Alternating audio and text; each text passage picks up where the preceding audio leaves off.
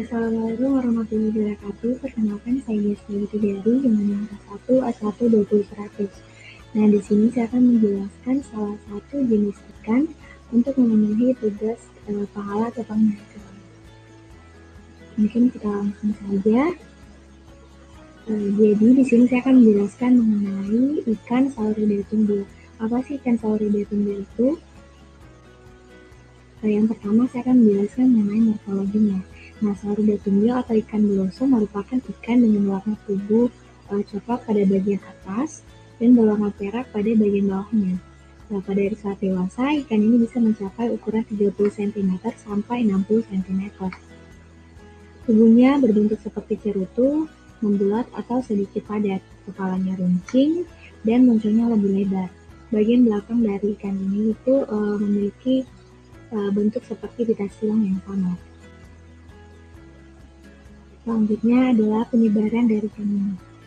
Ikan ini tersebar di wilayah Indo sampai Pasifik Barat, yaitu pada Laut Merah dan pantai timur Afrika, kecuali Kenya, kemudian masuk pada wilayah Madagaskar hingga Teluk Persia, kemudian Laut Arab, dan lebih jauh ke timur hingga Asia Tenggara dan Australia. Selanjutnya, habitat dari ikan beloso ini. Nah, ikan beloso ini termasuk dalam spesies ikan demersal yang banyak dijumpai di bawah pasir pada perairan pantai yang dangkal dan tersebar secara luas di daerah tropis dan subtropis. Selanjutnya, untuk pola adaptasi dari ikan ini. Ikan ini termasuk ikan yang bersifat karnivora.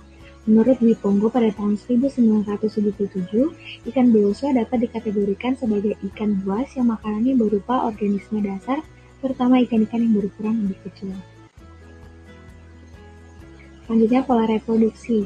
Nah, untuk pola reproduksi dari ikan Sauridae tumbil ini yaitu rasio kelamin antara jantan dan betina secara keseluruhan adalah seimbang, yang berarti tingkah laku kemungkinan besar mengeluarkan sel telur dan sel sperma pada waktu yang sama dan jarak yang berdekatan, atau jumlah sel telur dan sel sperma yang ada dalam tubuh ikan itu sama.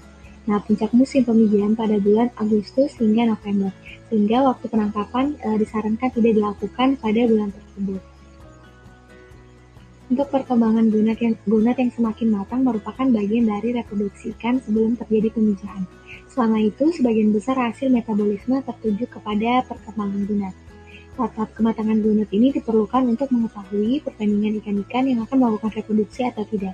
Dari pengetahuan kematangan gonad akan didapatkan juga keterangan tentang waktu ikan akan memijah, mulai memijah, atau sudah selesai memijah. Selanjutnya, nilai ekonomis dan ekologis dari ikan Sauridae tumbil. Jadi, ikan ini merupakan ikan yang kaya akan protein, namun tidak digemari oleh masyarakat, sehingga ikan ini hanya digunakan untuk olahan makanan tradisional, seperti ikan asin ataupun somai. Nah, selain memiliki manfaat ekonomi, ikan ini juga memiliki peran ekologis di perairan.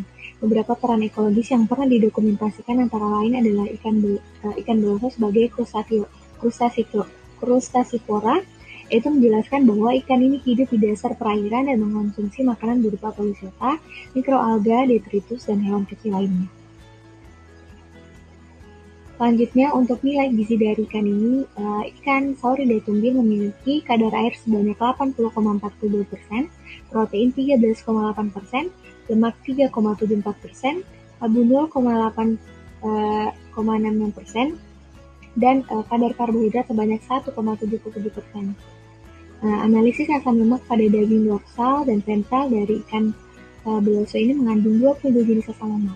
Jenis asam lemak yang teridentifikasi terdiri dari 9 jenis asam lemak jenuh atau saturated fatty acid, 7 jenis asam lemak tak jenuh tunggal atau MUFA atau monounsaturated fatty acid. Kemudian asam lemak tertinggi yang terdapat pada ikan beloso yaitu CUFA atau polyunsaturated fatty acid, dan jenis asam lemak omega 3 yaitu DHA dan EPA. Kandungan DHA dan EPA daging dorsal dan ventral masing-masing sebesar 22,82%, 25,57%, dan 7,01% dan 7,22%. Baik, mungkin itu saja yang bisa saya jelaskan mengenai ikan Sauridae tumbil. Terima kasih.